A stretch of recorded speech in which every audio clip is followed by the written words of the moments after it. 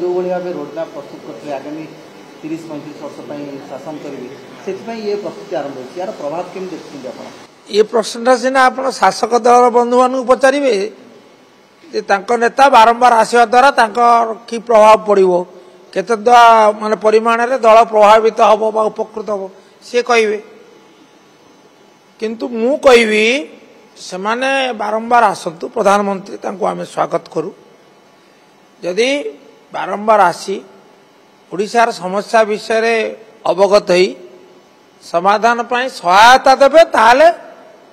निश्चित भाव में ओडिशावासी खुशी हेबे उपकृत हेबे भल हम आउ केवल राजनैतिक उद्देश्य घन घन गस्त कर आसी सभा समिति भाषण दे फेरी जाती से मासकू 3 थर कौन मासकू 13 थर आसिले भी किसी प्रभाव पड़ो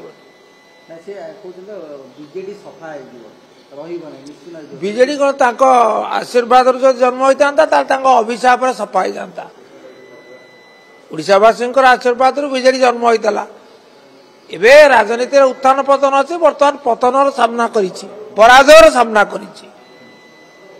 सफा होमती से कौन कालदर्शी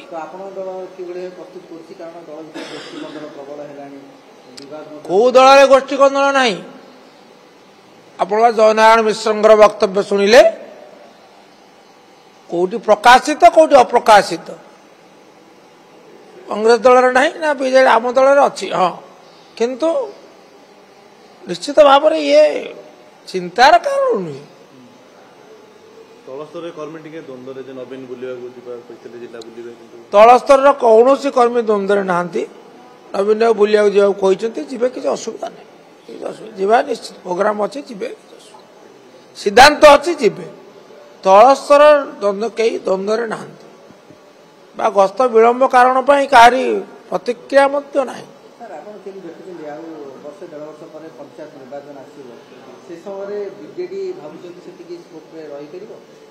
शुणु मु तो पूर्वानुमान करें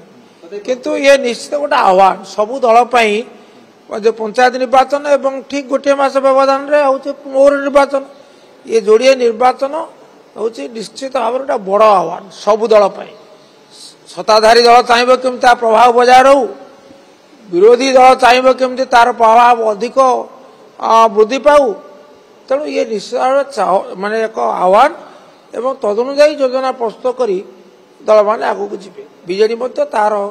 नीति तार जो खसड़ा कार्य खसड़ा प्रस्तुत कर श्रीमंदिर परिक्रमा प्रकल्प डिजाइन सरकार परिवर्तन करें जदि से अनुभव करेंगे डिजाइन चेंज द्वारा अधिक लाभदायक हम मंदिर सुरक्षा दृष्टि करें बाधा नहीं वैषयिक परामर्श नहीं करें वैषयिक परामर्श नहीं करें एएसआई परामर्श क्रमे करें किसी असुविधा नहीं।